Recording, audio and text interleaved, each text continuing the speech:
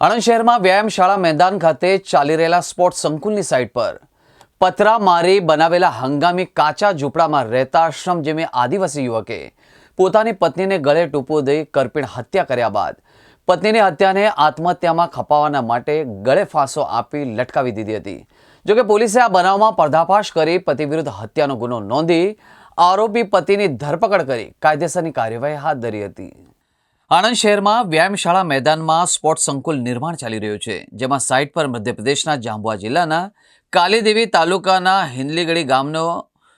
વરસી મનુભાઈ વસુનિયા પોતાની પત્ની કલા સાથે મજૂરી કામ કરતો હતો અને સાઇટની પાછળના ભાગે પતરો મારી બનાવેલા હંગામી કાચા ઝૂંપડામાં રહેતો હતો।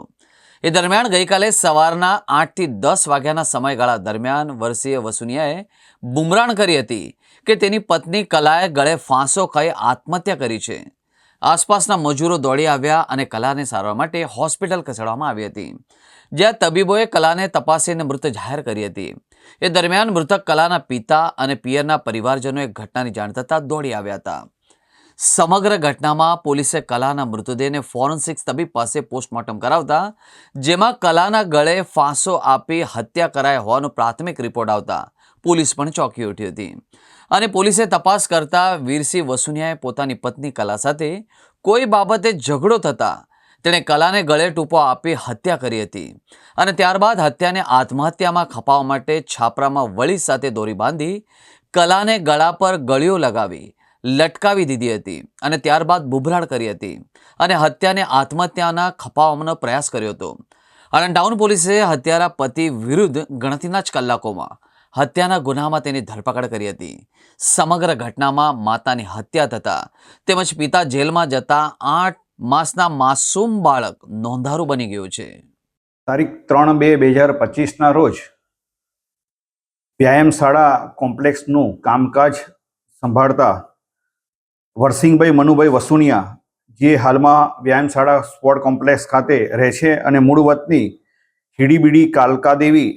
થાણા કાલીદેવી જિલ્લો જાંબુઆ એમપીના વતની છે, તેઓએ આણંદ ટાઉન પોલીસ સ્ટેશનમાં આવી પોતાની જાહેરાત આપેલ કે પોતાની પત્નીનું આજરોજ અગમ્ય કારણસર મરણ થયેલું છે,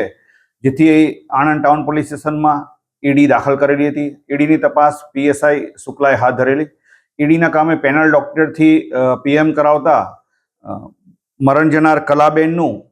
ગળું દબાવવાથી મરણ થયેલ છે તે મુજબનું કોઝ ઓફ ડેથનું સર્ટિફિકેટ આવેલું હતું। આ બાબતે પીએસઆઈ શુક્લા, પીએસઆઈ ડોડિયા તથા ટાઉન પીઆઈ વીડી ઝાલા સાહેબની ઇન્ટ્રોગેશન કરેલું હતું અને આરોપી વરસિંહભાઈ મનુભાઈ વસુનિયા કે જે મરણ જનાર કલાબેનનો હસબન્ડ થાય છે, તેની પૂછપરછ કરતા હકીકત એવી જણાવેલ કે તારીખ 3/2/2025ના રોજ સવારના 9 વાગ્યાથી લઈ 10 વાગ્યા વચ્ચે દરમિયાન આરોપી વરસિંહભાઈ તેની પત્ની કલાબેન સાથે પોતાના 8 મહિનાના દીકરાની સારવાર બાબતે તેમને બોલાચાલી થઈ હતી અને ગુસ્સામાં આવેશમાં આવી અને વરસિંહભાઈ મનુભાઈ વસુનિયાએ તે જે જગ્યાએ રહે છે તે ઓરડીની અંદર રાખેલ કાથીથી મરણ જનાર કલાબેનનું ગળું દબાવી અને મર્ડર કરેલ હોવાની હકીકત ઇન્ટ્રોગેશન દરમિયાન જણાવેલ,